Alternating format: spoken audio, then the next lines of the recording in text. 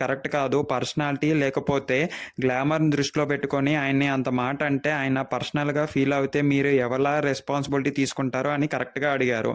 అది కరెక్టే కదా! వేరే ఇండస్ట్రీ నుంచి మన దాకా వచ్చి ఒక హీరోగా లాగా మారి తన ప్రమోషన్స్ ఏదో చేస్తున్నాడు. అతను చేసిన 2 మూవీస్ కూడా హిట్టే. ఇప్పుడు ఈ మూవీ కూడా హిట్ అవ్వచ్చు, కాకపోవచ్చు. కాకపోతే పర్సనాలిటీని దృష్టిలో పెట్టుకొని ఆ మాట అనటం కరెక్ట్ కాదనేది మన ఫీలింగ్‌తో పాటు, దాంతో పాటు చాలా మట్టుకు నెగటివిటీ వచ్చింది ఆ ఇంటర్వ్యూయర్ మీద. అదే కాకోకుండా మొన్న కూడా ఒక ఇంటర్వ్యూయర్ ఒక లేడీని ఇలా అడిగారు, "మీరు కొన్ని బట్టలేసుకొని ఫోటోలు దిగటం కరెక్టేనా" అని.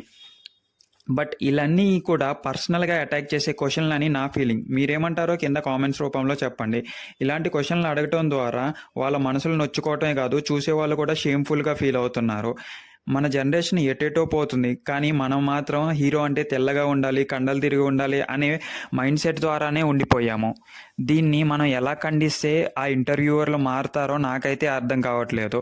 ఎలా చెప్పినా కూడా ఇదైతే చాలా పెద్ద తప్పు అని అయితే నా ఫీలింగ్.